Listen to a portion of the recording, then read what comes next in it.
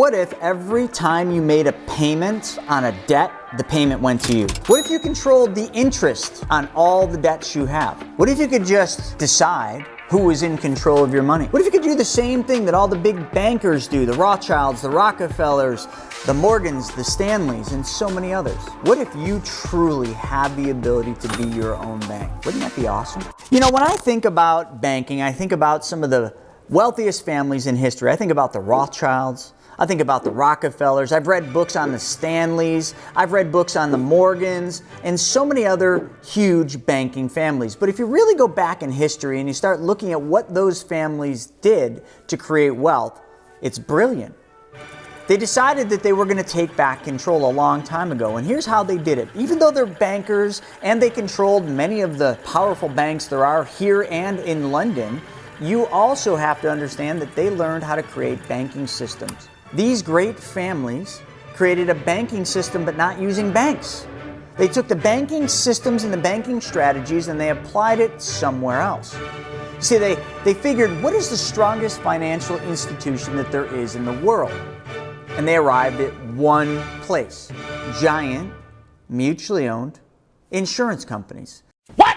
You see, how they arrived at insurance companies is insurance companies are the most conservative financial institutions in the world, but also insurance companies have all the money. Banks have your money and all the other depositors' money. Insurance companies, they have their own money and they have lots and lots of it. And these great families saw that and they said, well, we should be using insurance companies as a warehouse for our wealth. But they couldn't just walk into these giant mutually owned insurance companies and say, hey, I'm here and I got all my money. Can I deposit it into this insurance company? The insurance companies aren't in the business of taking your deposits, or are they? These families had to figure out how to get their wealth into these insurance companies if these insurance companies didn't function like the banks they were used to. And they figured it out through a product that has been around for a very, very long time, and actually a product that has been completely beat down. And in today's world, most people think it's the worst place you can put money. And that is a whole life insurance policy. You see, with these mutually owned insurance companies, these great families would deposit money into these whole life policies, but they would create whole life policies that were different than the ones the average person was buying on the street. Because most people buy whole life and they think of whole life as life insurance that lasts their entire life. And many others think of whole life as, oh, this expensive, overpriced life insurance policy. And we'll get to that. But you see, when these families got together with these insurance companies, with their great wealth, they found ways to construct and engineer whole life insurance contracts so that it was favorable from a banking standpoint. Now that these families had a way to store and warehouse their wealth in insurance companies through whole life insurance policies, they now were able to control everything. Because the insurance companies were able to do something that the banks were not. The insurance companies could provide guarantees and promises. And they could do that for hundreds of years into the future. Because the insurance companies didn't play the short game, they understood that wealth was the long game. Wealth is a marathon, and it should be for you too, but too many people are sprinting to riches. Banks are always sprinting to make returns and profits for their shareholders. Insurance companies, especially mutually owned ones, care about policyholders because their stockholders are policyholders in a mutually owned design. Not only that, giant mutually owned insurance companies pay dividends as well. So they make a couple promises. They promise to pay a guaranteed interest rate, usually far more than what any bank or any financial institution can make. So that's first thing. Second thing, the rules and the way that the tax code is written or not written, for that matter, when it comes to life insurance, allows life insurance to have tax advantages. Not only that, life insurance provides a legacy. And these wealthy families understand legacy better than just about anybody, because when one of them passes, the money from the life insurance proceeds then flows to the trust, which seeds the next generation of that family's legacy. And that continues on and on and on. And that's exactly what the Rockefellers and the Rothschilds and so many of these other great banking families do. They've created banking systems that they use immediately, and they've created legacies that carry that family into the future so that each generation, they are wealthier and wealthier because of compound interest and life insurance proceeds. So let's dive in, because now you're probably thinking, well, why would I ever put my money in whole life? Because I'm not a wealthy family. I don't have enough money to build and construct these specially designed whole life. but you're wrong. You do. Hasn't always been this way, but now you do have the ability to create your own banking system the same way the Rothschilds, the Rockefellers, the Morgans, the Stanleys, the Walt Disneys, the Ray Krocs, right on up to the sitting president, Joe Biden. I stand squarely behind my decision. So what are we talking about? Yes, we're talking about a whole life insurance policy from a mutually owned company that pays dividends. That is a fact. But the other thing you have to understand is these life insurance contracts are designed and engineered to be completely different than the ones that you buy from your agent, from your financial advisor, or from your broke-ass brother-in-law. They are designed to work for banking. Commonly in today's world, it's called the infinite banking concept, founded by the late R. Nelson Nash, who wrote a book called Becoming Your Own Banker, which is where this process begins. So the policy does pay you a guaranteed interest rate. Plus, all the insurance companies that will do these types of policies have paid dividends for hundreds of years, at least over 100 years, consecutively without ever missing one, not even through the Great Depression. So you can see the strength of these giant insurance companies. But then comes the factor of why you use a regular bank. See, you've been taught through your life to trade your hours for these, for dollars. All of us, we have a specific amount per hour that we are willing to work for, and we get these, and then what do? Well, we gladly march on down to the bank and we say, "Here, Mr. Banker, here's my deposit," and we feel good about it. The bank then in return gives you one of those beautiful suckers in the little cups above where you're making your deposit, and just so you know, those suckers are called dum-dums. Yeah, they're trying to send you a message. And the bank takes your hard-earned dollars and makes that money go to work for them. That's what we do. And all I'm suggesting is doing what the wealthy families do, which is change where your money goes first. Instead of putting it in somebody else's bank, you put it in your own bank. But the reason you put the money into the traditional bank, back to what we were talking about a second ago, is you wanted access. Is your money really accessible when you put it in a traditional bank? Well, if we just go back to when the pandemic started in 2019 and 2020, let's talk about liquidity then. People were lined up at their local banks to take their money out, and could they get it? Nope. The banks had limits.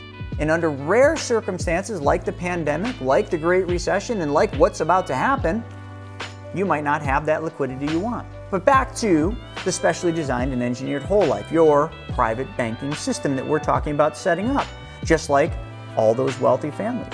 The money goes in there. How liquid is it? Immediate.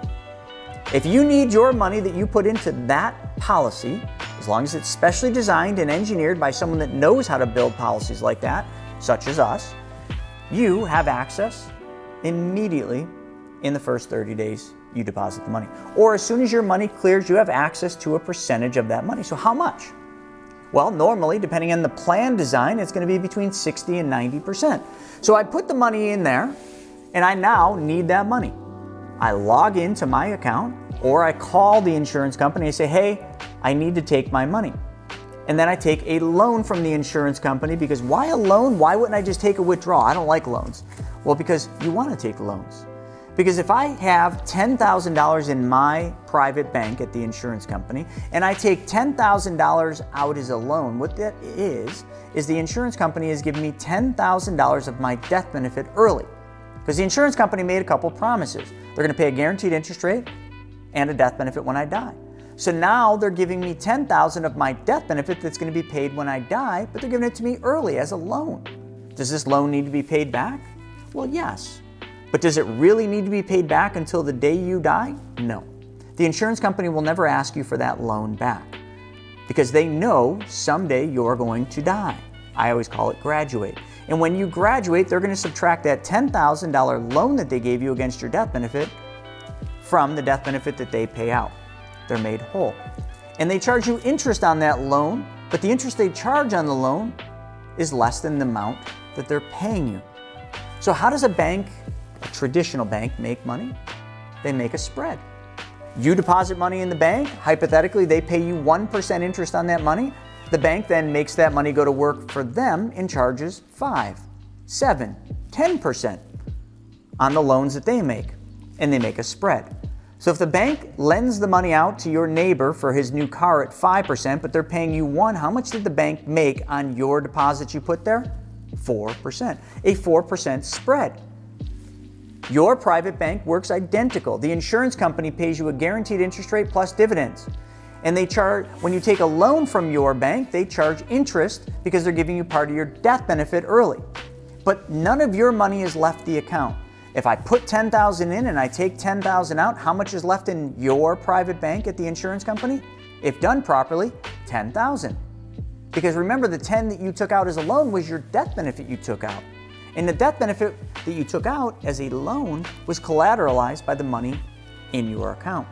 You see, this is where the power comes in. Because you have all your money working for you, uninterrupted. Your money stays in your account, earning interest and dividends, compounding uninterrupted year over year over year, while you have the ability to take loans out and use that money, invest that money, lend that money, do whatever you want, and all the while, you're making a spread. Compound interest. Compound interest is the eighth wonder of the world. Those that understand it earn it. Those that don't pay it. You pay it, the banks earn it. Welcome to banking. But you can change that. You can change that by changing where your money goes first. You can change that by applying the infinite banking concept, which is a process of moving your money. Can I give you a quick example? This is a simple way, not so much a way that the Rockefellers or the Rothschilds would use that money, but let me just give you an example. Let's talk cars. All of you have a car, right? You can buy a car by paying cash for it. You can buy a car by financing it. You can buy a car by leasing it. And heck, you could even steal a car. But most of you finance cars. And when you finance a car, the bank loans you money, which comes from deposits that were made in their bank. They lend that money to you at an interest rate. And you, in turn, decide you're going to make monthly payments of whatever dollar amount. Let's just say it's $500. You're going to make monthly payments back to that bank every single month as a repayment of that loan. Great, you understand that, right? We all do that. Every month, $500 leaves your family forever, and the bank now has $500 more. And they made a spread on this. So now let's change the dynamic. You want to buy a car. But this time, you save up money in your private bank. You've got 20 grand in your private bank. You take a loan from your private bank for $20,000, which means your 20 grand stays in your account. The insurance company gives you $20,000 of your death benefit, in which you go and you buy that brand new car for 20 grand.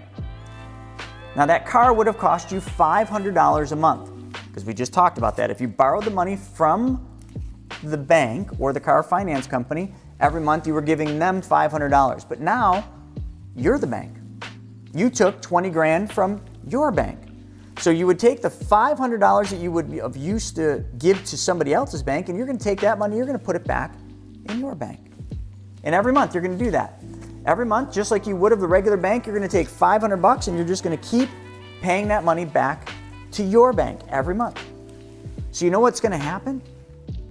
Every month, you have $500 more. And you know what's going to happen over 5 years or 6 years, however long you finance that car? That's right. You're going to get all the money back for that car because you were the bank. But what else did you do? You made money on that car. You made money on that car because the whole while you earned a spread. Not only that, your money continued to earn uninterrupted compound interest. Folks, if that works for cars, it works for boats, it works for planes, and it even works for credit cards. If you were to take money from your bank and pay off credit cards, take the money you were given the credit cards and pay it back to your bank, you get all the money. You keep the interest rate, you control the flow of money, you do what every single bank does every day. If everybody else out there that's in the financial world is saying whole life is trash, why would you ever buy a whole life? Well, maybe you won't. But let's peel the onion once. Why is it that the insurance companies and the financial companies all want you to buy term and invest the difference. Well, let me give you the truth. Listen up and pay very close attention here. If you had a product that your business sold, and that product was the most profitable product your company has ever created, if that product was a product that you only had to fulfill on or pay out on less than 2% of the time, which would mean that 98% of the time you're profiting from this product. Is that a product that you would market? Oh, yeah. Is that a product that you would train your sales team on? Oh, you bet your butt. Yep, sure would. Is that a product that you would focus your entire company's efforts to sell? Oh, yeah, absolutely. 98% profit every time. Yeah, oh, yeah, I'd go all in on that. Well, you know what that product is? Term insurance. Insurance companies pay out less than 2% of all the term policies written.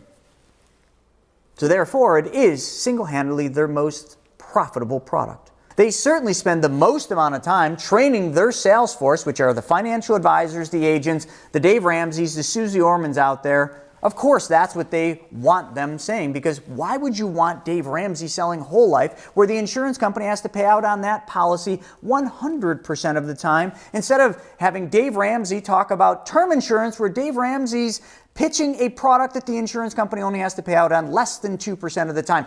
Is this making sense?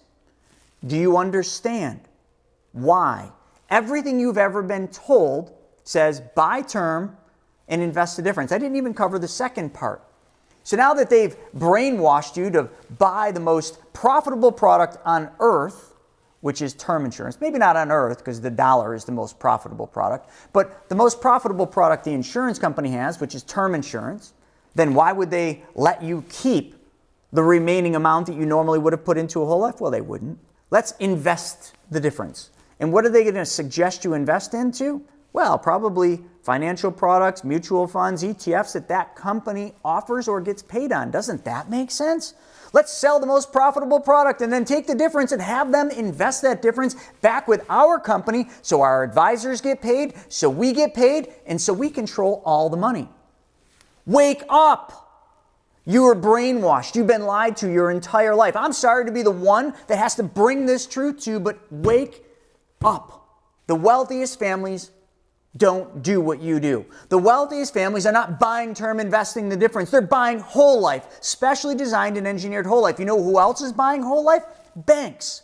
Banks are the #1 purchasers of whole life in the world. Oh, you don't believe me? Great. Prove it to yourself.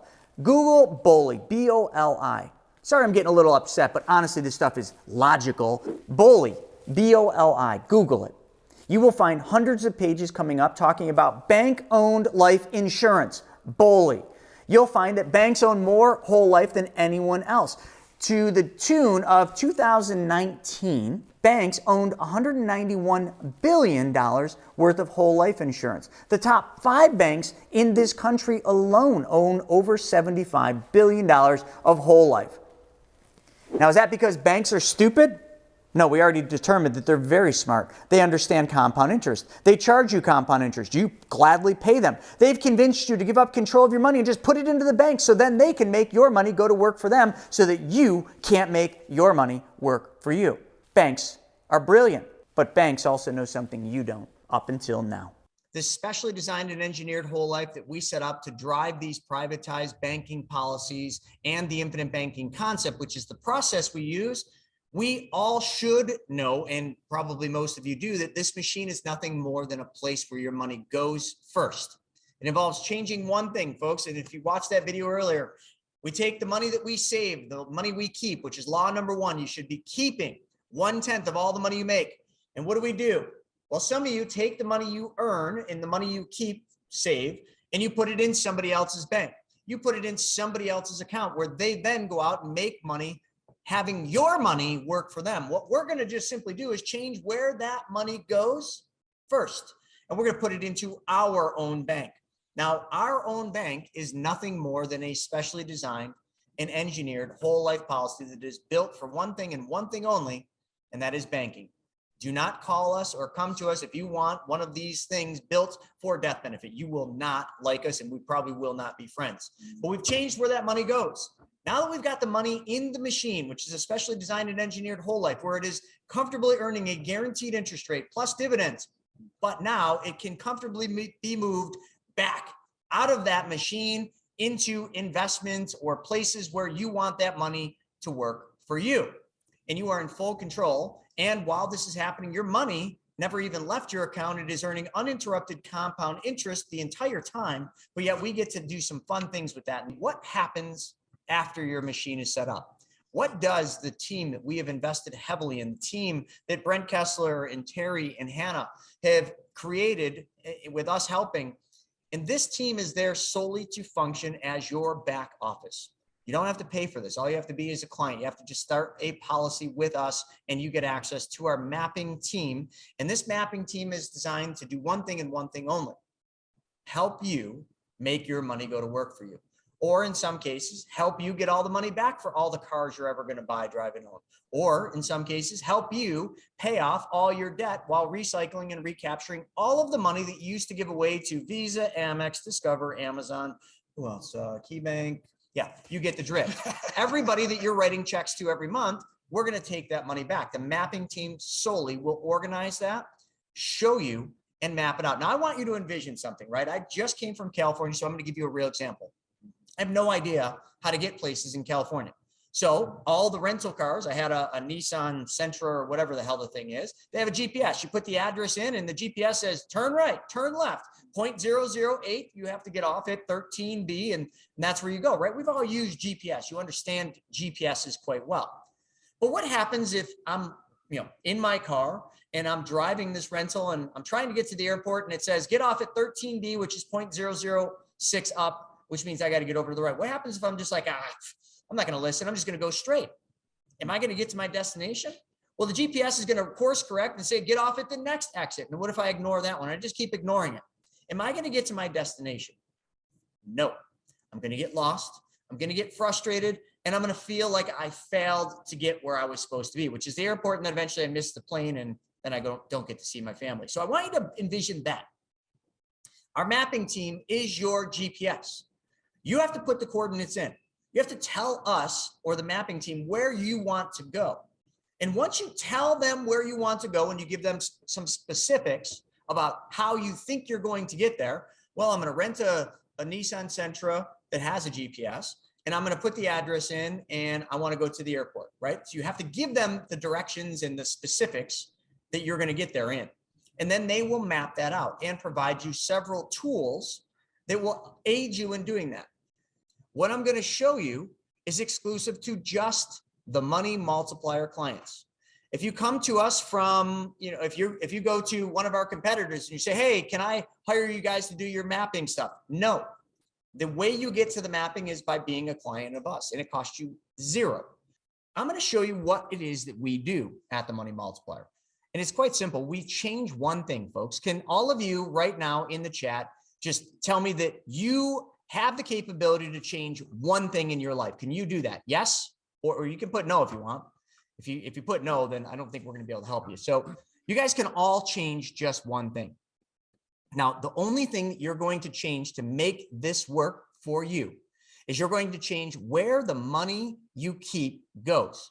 Now, some of you are confused by that word keep. You're like, keep, money I keep, money I keep. The money you save.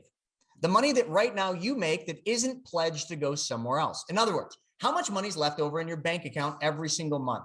That money. How much money is going to your investment account each and every month in the hopes of making returns? Yes, that money. How much excess money is going into your 401k, 403b, 457, TSP, whatever the hell else they call those? How much money is going in there above and beyond the amount that they give you in a match? Yes, that money. We are only going to talk about where the money you keep or save goes first. We're going to change one thing, and we're going to change the direction of where that money goes. We're going to put it into an account, and that account is going to be a machine where it's going to store your capital, but really we're not going to store anything there in a perfect world. We're going to put it there, and then from there, we're going to find a place for that money to go to work for you. because all of you have probably spent a good part of your life, if not your entire life, working for money, trading your hours for dollars. The wealthy do something very different. They have spent most of their life, yes, trading hours for dollars, working, hustling, all the things that you want to call it. But what they've also then done is learn, either through educating themselves, never from college or regular schooling, but from educating themselves, seeking the knowledge, or learning from other people who have done what they want to do. And they have learned that it's not about how much money you make trading hours for dollars. It's about what the money you've made, the money you keep, does to go to work for you. Your money has to work for you. And if it doesn't, it is simply dying, or it is working for somebody else in most cases. The banks, when you go to the bank and you deposit that hard-earned money into the bank, does the bank put that money in a box with your name on it in the vault? No, it does not. The bank moves your money and makes your money, your hard-earned money, go to work for them. How does it do that? Well, it lends it out. How many of you have taken loans from the banks? Say I. It's every one of you. Every one of you, I, have taken loans from the banks.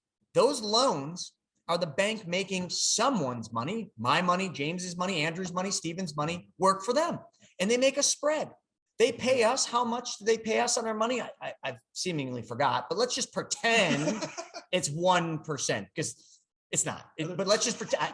I know, James, it's not 1%, guys. I get it. I know it's not 1, but just keeping things simple here. 1%. The bank pays you 1. And then the bank turns around and makes a car loan to Stephen for 4. How much is the spread that the bank made? Simple math. Stephen's paying them 4%. The bank is paying you 1. They make a 3-point spread. Cool, right? How many of you want to make a spread on everybody else's money? Great. Well, unfortunately, you're not a bank yet. So therefore, nobody's going to give you their money to deposit it in your bank. But you do deposit your money that you traded hours for in somebody else's bank. That is where the story starts. And that is where the other story, your old life, the old way you treated your money, ends. We have to now make our money work for us. Law number 2 of wealth. Law number 2 of wealth is quite simple. It is simply you making your money work for you. And that is where this starts. But the place where we put this capital is not someone else's bank, is not Wall Street, is not for the 150,000th time this week an IUL. It is a specially designed and engineered whole life. Now, before we get there, for those of you that probably have misconceptions, and I'm watching the numbers, we haven't lost any yet. So just before you go to the bathroom, which means our attendance drops by 1, listen to me. I am not talking about a normal, regular whole life that you buy from your broke ass brother-in-law. I am not talking about the normal whole life that you went to the insurance store and bought. And I am not talking about the whole life that Mr. Guru Dave Ramsey or Susie Orman talks about when they say whole life is the worst place you can put your money. How many of you, what if I'm already in the bathroom? Drew, I don't even want to know anymore. Just stop. I like it, but don't need to I know like that it, well. but I don't need to know anymore. All right. So we are designing the contract on a whole life. Dave Ramsey, Susie Orman, and all the people that have told you that putting money in a whole life is the worst thing you can do, I'm going to agree with them. I am going to tell you that they are right. If you take your money and you change one thing and you put it into a regular whole life that your broke ass brother-in-law sold you so he can make a big old commission, you are going to be upset because you're not going to have access to any money immediately. You're not going to have access to any money in the first year. You're probably not going to have any access to money in the second year. And you're probably not going to have any access to much money in year 3. Does that sound like a good place to put your money? Yes or no? Put it in the chat. I hope all of you say no. That would be a terrible, terrible place for you to put your money.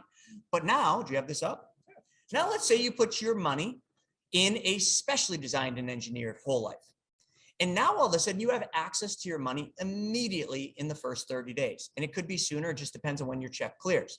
And immediately in that first 30 days, you have access to, depending on how the plan is designed, to anywhere at the lowest side of 60%, but at the high side, like this one, of over 90%. These numbers you're looking at on the screen right here. This is a real client of ours. His name's Kevin. I can't give you his last name. He was 38 years old. Okay, we just did this plan for him. So this is even the new plan design under the new IRS rules. But this is, believe it or not, a specially designed and engineered whole life. Holy smokes, look at those numbers. Here's Kevin's scenario, and this might be many of yours. So here is a whole life that is designed and engineered to work for what we're going to talk about for the rest of the training, which is the infinite banking concept. I want to be clear about something. Too many people think the infinite banking concept is a product. It is not. You can't buy the infinite banking concept. You can't do anything other than follow a process. The infinite banking concept is the process of taking back the banking functions in your life. And then to use the infinite banking concept, you have to design the machine to facilitate it. This that you're looking at, folks, believe it or not, is that machine, a specially designed and engineered whole life. Now here's Kevin, 38 years old. He had 50 grand sitting in a bank account. He had 50,000 sitting in somebody else's bank. And he heard a presentation, much like the one we were playing earlier, and he was like, man, I don't want the other banks to be making my money go to work for them. I want my money to work for me. So we said, okay, Kevin, we got to change one thing, bud. We got to change where that money goes first. So he said, great. Where do we put it? And I said, we're going to put it into this stupid, specially designed and engineered whole life. Yep, that's right. He said, really? Chris, you're going to put my money in a whole life? That's the magic thing? I said, nope. What we're going to do with it after we put it there, that's the magic. And that's what we're going to talk about. But he did. He put 50 grand in. And then he said, well, all right, well, what if I want to continue to keep saving? Right now, I save money in the bank. And he was saving about $600 extra a month. So, we came up with $491.25 every single month that Kevin is going to save in this new account, this new machine, which we're going to, from here on out, call this Kevin's Bank. Kevin's Bank is a specially designed and engineered whole life. So we know the numbers. He dumps in 50 grand, moves it from his bank account, okay, at Bank of America or wherever, and shifts it over to his bank, which is the specially designed whole life. Then every month he put $491.25 into it a month. Now, immediately in the first year, Kevin, so he only has access to $51,554. As you can see up top, it says cash available. So if you're doing the math, you're like, wait a second, but Kevin put 50,000 plus he put 58.95 in the first year. So he put 55,895 and he can only use 51,554. Chris, that sucks. Can't even use all of his money. Like, how is this thing so good?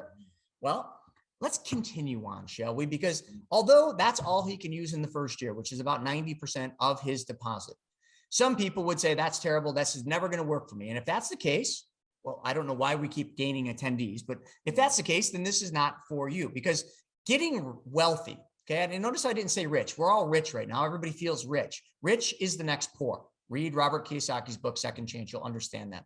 Rich is the next poor. Wealth is when people learn how to not just become wealthy or become rich, but then they learn how to keep their money. So wealth is a marathon. Building wealth is. Okay, so it's going to take time, because compound interest, what Albert Einstein calls the eighth wonder of the world, is compound interest. And he says it's the most powerful thing in the universe. Those that understand it earn it. Those that don't pay it. Kevin understands how to earn it. So therefore, he's not playing the short game, he's playing the long game. But Kevin's long game really only takes a couple of years to become really sexy and really cool. So let's look at this. How long have we been doing this for? Stacy, I've been doing this over 20 years, but for the rest of the team, it varies. So he put 55,895 in.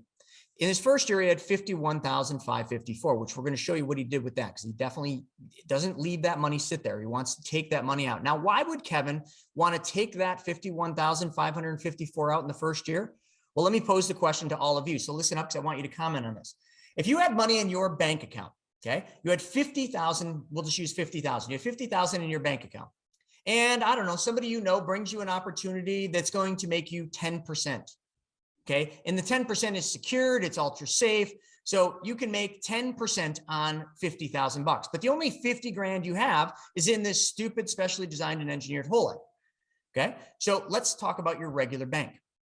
If you had 50 grand in your regular bank, you would take that money out of the bank in a heartbeat to go make 10%, right? And then how much money would you have made if you had 51 grand in your bank account and you took 50 out and the bank was paying you 1%? How much would the bank continue to pay you 1% on if you started with 51,554 and you took 50 out? Simple, right? 51,554 minus 50 gives you 1,554. Richard, good shot. It's pretty close to zero. But you'd have $1,554 in the bank account earning 1% because you took the other 50 out to go make 10. So Now that's a regular bank account. Now let's just pretend that you found a better bank, i.e. this specially designed whole life. And you put 50 and you had 51,554 and you take 50 out. Now, how much is the insurance company paying you interest and dividends on?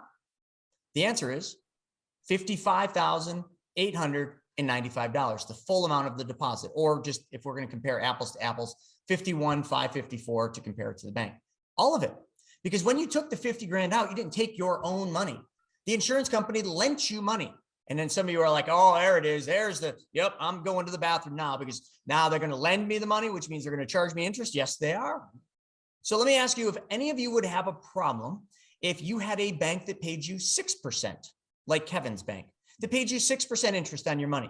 And then when you took that money out, that same bank charged you 5%. So now you were able to take almost all of your money out.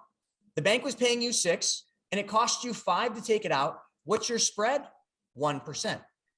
Does anyone on here have a actual real bank account paying them more than 1% or even 1% for that matter? No. So you wouldn't be too upset if the bank paid you 1% net spread on money that you now had in your hands to go make 10%, right? Welcome to uninterrupted compound interest. The ability for your money to actually work for you, making interest and dividends while you still have the ability to then take it and go make more money on it. And unless any of you have a way to do that with some vehicle that I'm not aware of, this might just be something you should listen to, because this, when I heard about it many, many years ago, was like me just, I don't know, I had a coming to Jesus moment. I really did. I was like, this is real. This is real. And then I went, yeah, it seems too good to be true, doesn't it? Well, it's not. But let's go to year 2 for Kevin's policy. So now we understand how it works. Okay. Hey, Chris, Year 2. Yes. real fast. So this is just an example. The amount that you fund your policy with can be completely different. It's whatever you want. There's a lot of people saying they don't have $50,000, so they're not going to be able to do this. So don't worry about that part. This will work for almost any financial situation. This is just one example. Yeah, I mean, folks, don't get hung up on the numbers. This is Kevin's plan. This isn't Stacy's plan. This isn't Jim's plan. This isn't Liz's plan. This is Kevin's plan. These were his numbers, his money. Whatever your numbers are your numbers. Maybe your numbers, I got $5 million that I want to put in. This doesn't apply to me.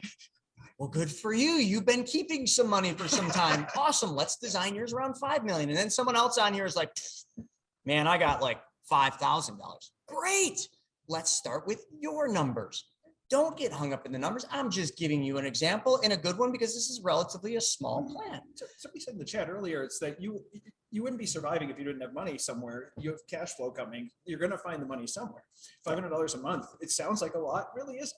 You know, it's not that much. It's something, and putting that aside for something for the future where I can get, you'll see the power of the system. Once you see the power of the system, I'm sure that people will be able to find a little bit more to be able to put into it. So yeah. In the second year, he was putting $491.25 in every month. So over at the end of the second year, he had $5,895 that he put in. Go to the next column, non-guaranteed cash value increase. So what that means, non-guaranteed, means that it is his interest, which is guaranteed, and his dividend, which is not guaranteed. That's why we call it non-guaranteed. But this insurance company that we're looking at has paid dividends, I think now 145 or 146 consecutive years, never missing one. And the dividend paid this year is the lowest dividend that they've paid in, from what I know, in the last 30 years, probably even longer, but I know of 30 years. So what does that number say? Stephen, what does year number 2 non-guaranteed cash value increase say? 7141, $7,141. All right, folks. So listen, I want you to envision this. Year 2, you go to your bank and you put $5,895 in at the end of the year by putting, you did $491 a month. You've saved $5,895. And you go into the bank just to figure out, well, how much money do I have this year? Because the money you put in the first year, the $55,895, you took $51,554 out and you put it into an investment making 10% or a loan making 10%. So the money from year 1 is already out working for you. Are we clear with that? So it's not the total amount. Every year you put money into this, you're going to take money out and make it go to work. So he puts $58.95 in and he has $7,141 that he can take out. So if you went into your regular bank that gives you dumb suckers and you put $58.95 in for the year, and then the banker told you when you asked how much money you had that you had $71.41, you'd probably sit there and say, ooh, you made a mistake. Oops. Did somebody deposit more money in my account throughout the year? Because there might be a mistake here. I'm just checking for somebody else. We probably sit around and say nothing. But Yeah. Most people would probably be like, oh, What mistake? 71.41 in there. All right, I'll take that money out. Yep. the And way you you'd do run math. out the door as fast as you could. You'd skip the coffee. You'd say, keep the dumb sucker. And you'd be like thinking, holy shit, they made a mistake. And I got an extra $1,246 in there. Or maybe if it was an insurance company that paid you dividends and interest consecutively and uninterrupted, that would just be the power of compound interest. Holy smokes. Yes, that's how math works, folks. You put $58.95 in, you got $71.41. That means you made $1,246 in your second year, or Kevin did for this matter, which if we did the math, that is a 21.14% cash on cash return. So how do you figure cash on cash returns? Different than how you have all probably calculated returns because you've done cumulative. Well, I put X amount in from the beginning and I have this much that I put in and I have that much in my account. You divide it. That's a cumulative return, which does not work in an account where our intention is to put money in, take that money back out and use it to make money a second time. So the only return that matters is the return you make on new monies that go in that year. Everybody clear on that? This is how we do it in real estate. So this is a cash on cash return, 21%. Now, let me ask you all a question. If I was willing to pay you 21% on your money, and I just said, hey, listen, you just got to give me 5% off the top. Would any of you have a problem with that? Anyone? Anyone? Bueller? Would anyone have a problem if I paid you 21% and you had to give me 5? No, you'd be like, nope. We're cool. Do I get a sucker? No. Okay, you wouldn't be upset. There you go. Hell no is probably the correct answer. Well, guess what? This is Kevin's stupid, specially designed and engineered whole life. And these are his exact numbers off of his illustration. He put in 5,800 and he had access to 71. Let's fast forward. Every year, just so you know, and every day for that matter, Kevin will have more money than he did the day before or the year before. Just math.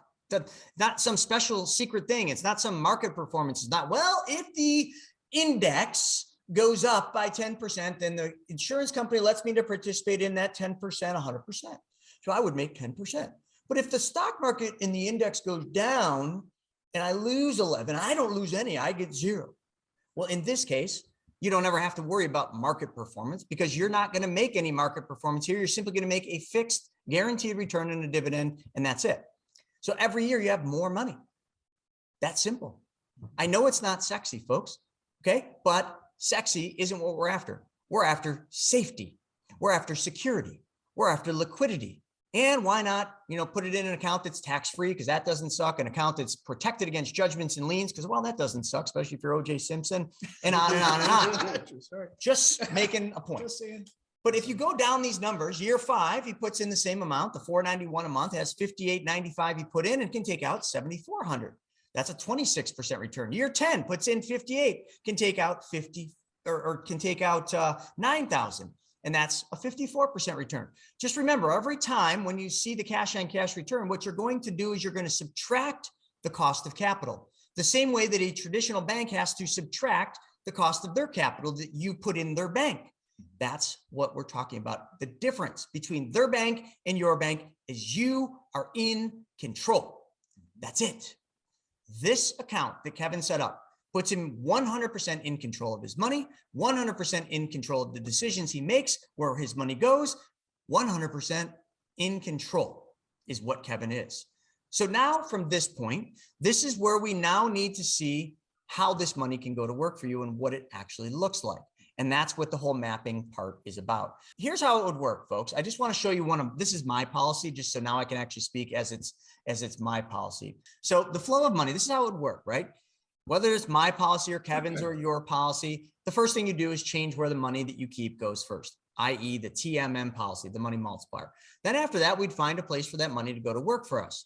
In this example, my money can go to work by paying off a debtor. My debtor in this actual case was Key Bank. I don't know if you have Key Bank in your state, but we have Key Banks all over the place. It's a big bank. And Key Bank gave me many, many years ago a line of credit. an unsecured line of credit, and they charged me 9% on that line of credit. So what I did is I said, all right, every month I'm giving KeyBank $289 a month, but I now have this policy, this whole life policy that I have $23,000, which was the balance that I owed KeyBank at the time. I had $23,000 in my policy. Now it took me some time. Actually, it didn't. It took me less than 23 days because I put 30 grand in and took out 23. But whether or not I had the money sitting around or I had to save the money, when I had 23 grand that I could take, I take it out and I take it as a loan. And there's two different ways you can get your money. You can borrow directly from the insurance company. In the case when you borrow directly from the insurance company, if I take 23,000 out, I'm not actually taking my money. What the insurance company is doing is lending me part of my death benefit. That's it. They're advancing me my death benefit while I'm living. That 23,000 represents 23 grand of the future death benefit they will pay out. So because of that, my money didn't actually leave my account, and then they charge me interest on that future advance of my death benefit. But the cool part about this loan, and I want to say this lightly because I want to show that we don't practice not paying our bank back. Because if you owned a bank, each and every single one of you would pay your bank back the same way you pay somebody else's bank. So just remember, that's the general rule. Treat your money the same as you treat the bank's money, which means if you pay the bank back with interest and principal, pay your bank back with interest and principal. But if I take 23 grand, which is in advance of my death benefit, does the insurance company require me or ask me to ever pay that loan back? The answer is no. They could care less if we ever pay these loans back, because someday when we die, which the insurance company knows we're all going to die, and if any of you don't think you're going to die, I think we have to do another lesson about life. We're all dying. That's all there is to it. Okay, we started with that. So when we die or graduate and go on to a better place, the insurance company would just take this $23,000 loan and they would just subtract it from my death benefit and say, we're good. The insurance company didn't care that I lived 111 years, if I make it that long. They didn't care. It was just on the books. So the loan is in advance of the death benefit that does not need to be paid back. But here's what I did with the loan. I paid off that $23,000 line of credit. And when I paid that $23,000 line of credit off, I no longer owed KeyBank $289. But I want you to just really hang on these words, folks. Okay, hang on these words carefully. Treat your money the same as you would treat the other bank's money. There was not one month that I did not pay KeyBank $289 because I had to. It was an obligation. So now I paid KeyBank off with a loan from my bank. So therefore, because I paid it off with my bank loan, I'm going to pay my bank back the same amount that I paid their bank, $289 a month. All I did, folks, is instead of every month writing KeyBank on the check, I wrote Chris Naugle. Man, it felt good. And every single month I do these with bill pays. Andrew and James know this. They know I get a kick out of it. Matter of fact, there's a rule around these parts that when they go and get the mail from the mail slot, the checks, and Andrew could recite this, the checks that they get, which are bill pay checks, are to go top on the pile on my desk. Why? Because I like tearing those little corners off. How many of you get bill pay checks, first off, and like them? Do any of you get bill pay checks that show up from whatever bank, any bank in the country? You guys like that? Say yes or no. Stacy doesn't like getting checks. Stacy, I don't think you heard that. I'm asking, do you like getting checks in the mail? I'll take Stacy's. Yes. All right. Oh, she doesn't get any. But Stacy, okay, you would like to get checks every month in the mail, right? Well, what if every check that you write to every debtor that you have was just a check that you then wrote to yourself? That'd be a lot better, right? That's all I'm trying to say. So getting to it, $289 a month. I changed the name on the check, and that $289 goes back into my policy as a payment toward my loan. So when I pay my bank back $289, I then, the very next day when the check clears, that $289 check, I have $289 to go use the next day. When I gave KeyBank $289, did I have $289 available? No. I had whatever the bank allowed me to use. I was not in control. So I just want to show that that's an example. But some of you on here are like, well, Chris, I don't have any debt. So what would I do then? All right, let's do that. One more. Same example, okay? But that $23,000, we don't have any debt. So now what do? Is I find someone like James here who needs a loan. And I'd find him on Private Money Club, which you guys can look it up. It's privatemoneyclub.com. It's like eHarmony for money. People with money that want to make money and people that need money come together. Check it out. So I find James on Private Money Club, and James has got an opportunity in the form of a real estate deal, and he needs 23 grand to finish the rehab, and he's willing to pay 12%. So I take a loan from my policy and I lend it to James through the Private Money Club. James then in turn returns every single month a check for 12% interest on my 23 grand. Well, that interest that I get, that check that James writes me, I have a decision now that I'm holding the check. Where does that money go? Well, most of you have been taught to do what with that money? Well, let me go put it in someone else's bank and I'll grab a dumb sucker on the way out. I'm just changing now where that money goes. It's 12%. The 12% was made because my money in my bank is working for me. So I take that 12% interest and I just change where it goes. I put it back in my policy. Folks, draw a circle. Your money's on the left side. The opportunity's on the right side. You take the money around the top part of the circle, it lands in the opportunity. The opportunity, because your money is now working for you, creates interest, dividends, or gains. The interest, dividends, or gains has to go somewhere. Don't put it in someone else's bank. Don't put it in Wall Street. Change where it goes. Put it back into your bank, which is the bottom part of the circle. We are simply connecting a circle so that all the money in your family and in your life ends up in whose bank? Your bank. It doesn't matter what the opportunity. It doesn't matter if it's Bitcoin or crypto, or it doesn't matter if it's a real estate deal, a syndication, a note. It doesn't matter if it's investing in the index, which I wouldn't suggest doing now, but it doesn't matter if that's what it is. It doesn't matter if your opportunity is just paying off your debt and recapturing the money. Do you understand? The opportunity is whatever you tell us. The opportunity is the destination you put in the GPS for the mapping team. Does anyone have any questions on that, or was that an okay definition of exactly what this system does and how it works? Winning. That's what Austin calls it. Austin's like, that shit sounds like winning. Absolutely. You're right, Austin. That's what we do here. We win the money game. All right. So now, Andrew, I'm going to let him take over. Now, so this is the second component. Now that you've got the machine, you've changed where the money goes, you understand the concept of infinite banking concept, which is just that circle. Now, this is what the mapping team will do for you. I pulled up this quote a while ago, and I just love it, by Napoleon Hill, that said, telling people to save money without showing them how to do it is like drawing a picture of a horse and saying, this is a horse. Not a whole lot I could do with it, right? So it's great having all this information and having all of this data that we just given to you, but trying to figure out how to use it is going to be a problem. And does your bank tell you what to do when you get the bank statement and everything's coming in and out? No, they don't tell you what to do.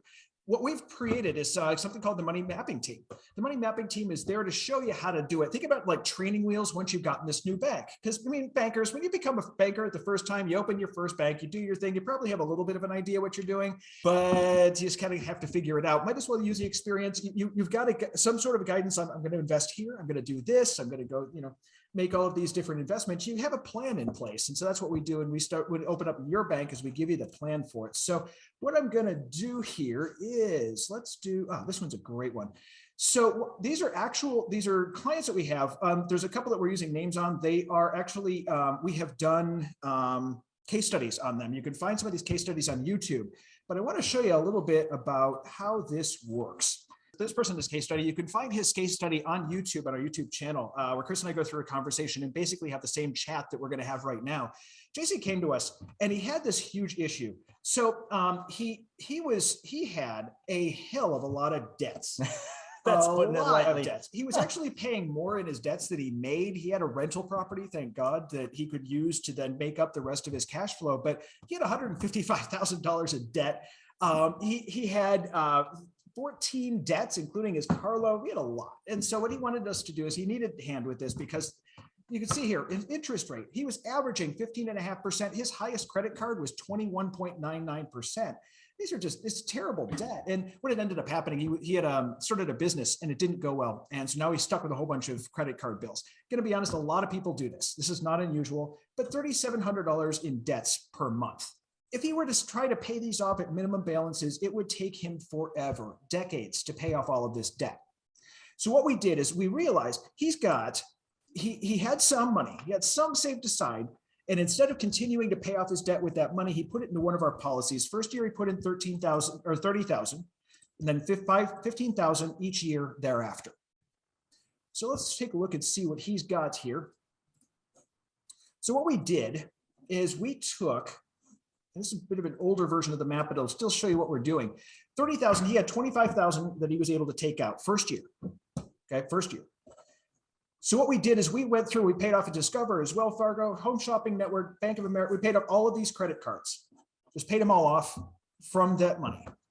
took that money, put it back into a segregated account. He now has $532 going from instead of going out to other banks, it goes back into his bank now. So he's now reclaimed that into his bank. And at the end of 12 months, he has almost $6,400 he was giving away to banks that now he can use to, in year 2, put $15,000 into his bank. $13,000 is what he got out of it. We paid off even more debts. So he used the $13,000 plus a $6,000, an extra $6,000 that was going to other banks that's going to his, added that together, paid off the rest of his Citibank, Bank of America, and Chase card. And he just kept doing this.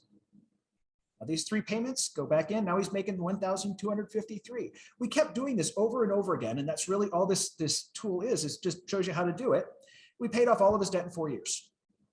4 years. Would have taken him 10, 15 years to pay it off. 4 years, we paid everything back. And now the $50,000 a year, now the $50,000 a year that he was paying to other banks is going to him. So now he can use that for other things like investment. I mean, that's not Well, he even bought the a cash truck. value. Remember, he was Yeah, he bought a super truck while he was pumped to doing it. buy a truck. Yeah. So he actually paid it. He actually has a new car loan on top of all of this. We still had it paid off in 4 years. And the thing with him though, that's $50,000 a year he was giving away to other banks. That doesn't include the cash value he's getting. That's just payments. And oh yeah, by the way, he also gets a cash value on it too. And it wasn't very far along on this. Let me see. It was, I think, it was in year 7. He started to get $1 more out for every dollar in. This is an older policy, by the way. So some of the policies we're doing now are quite a bit better. This policy is a couple And the of years old. rating wasn't super favorable. Yeah, on this. yeah. There were some other issues. They'll involved. see Everyone's better a little ones as we different. go through. Yeah, there's some factors that negatively impacted his returns, but it didn't matter about his return. So many people focus on the policy and, well, how much is my policy's return? What am I making? You know, because they're so used to like the IUL thing that all the brokers want to sell. And no disrespect, you know, we're always continuing to learn more and more about IULs and in doing that. And we're actually opening up to debates and doing calls with people that say that they know what we don't know about IULs. We're not being like, oh, IUL sucked it. You know, we're like, okay, well, if you can prove us different than everyone we've ever seen, we are more than willing to listen. Because everybody's like, oh, well, the return. Well, his return wasn't great in this, but the function of him taking back the money that he was giving away, you just saw it in the map. I mean, that speaks for itself. 4 years, debt free. I literally could never have looked at Jason's scenario from day one and even believe that that was possible until we did the mapping. But once Jason got into the mapping process, can you put his map up again? Once Jason got into the mapping process and he actually physically saw the impact of what this would do, he probably first thought this sounds too good to be true, but he'd done his research and he was like, that's incredible. This can actually happen.